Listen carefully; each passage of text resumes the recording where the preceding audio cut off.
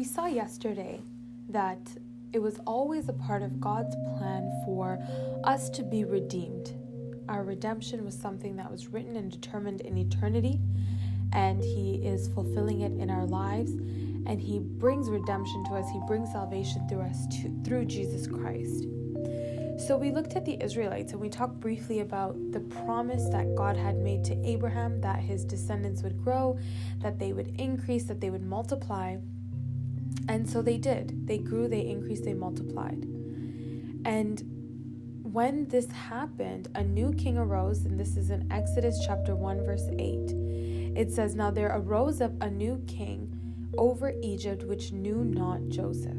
So he has no idea the things that Joseph has done for the country, for the land, in rescuing them from famine and keeping them safe and rationing accordingly to the public and to all of the citizens. He was able to keep them sustained during that period of time. And so this new king has no idea of anything that's happened, so he decides he's going to oppress the people and he's going to cause them to be bitter. That's what it says in Exodus chapter 1, verse 14, that he made their lives bitter with hard bondage in mortar and brick, and in all manner of service in the field. All their service wherein they made them serve was with rigor.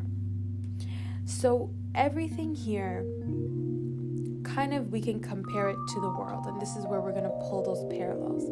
We can compare it to the world. We can say that as soon as you were born, there are certain expectations placed upon you, and then you go into the school system, and the school system does put you through rigorous testing, and some aspects definitely are for your benefit, for sure.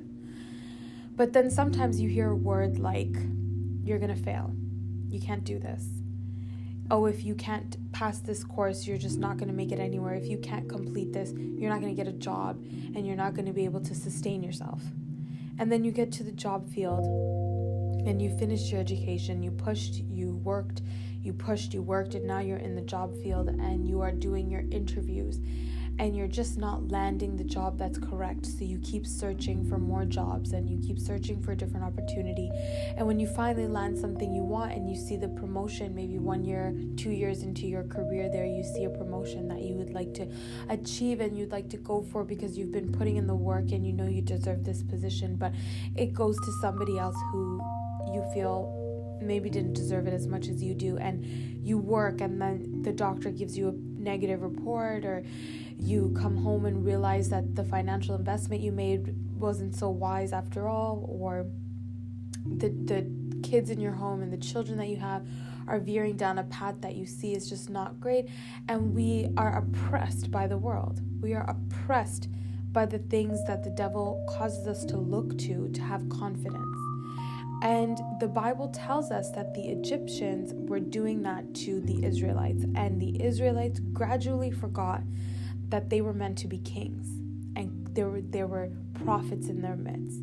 There were royalty in their midst, and their children were meant to be rulers. Their children were meant to be like Joseph, who was top of the line. He was right next to the king, leading the people, judging and making those tough decisions. He was there in those high positions, and the Israelites forgot that this is their family, that this is the promise that was given to them.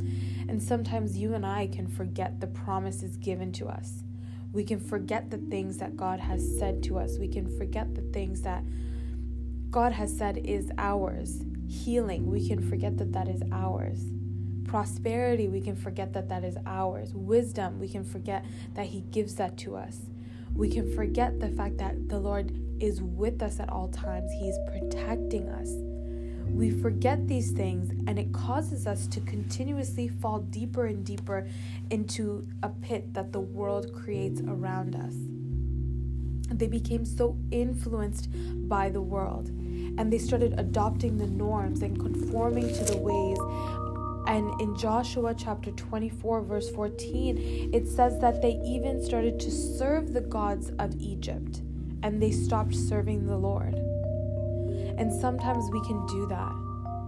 we can start to pursue the things of the world, the pleasures of the world, and forget that within you is a big purpose.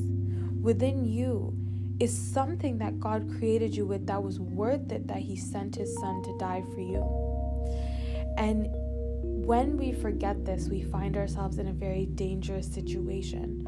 We find ourselves in a situation where the oppression continues to grow, where the slavery to the things of the world continue to grow.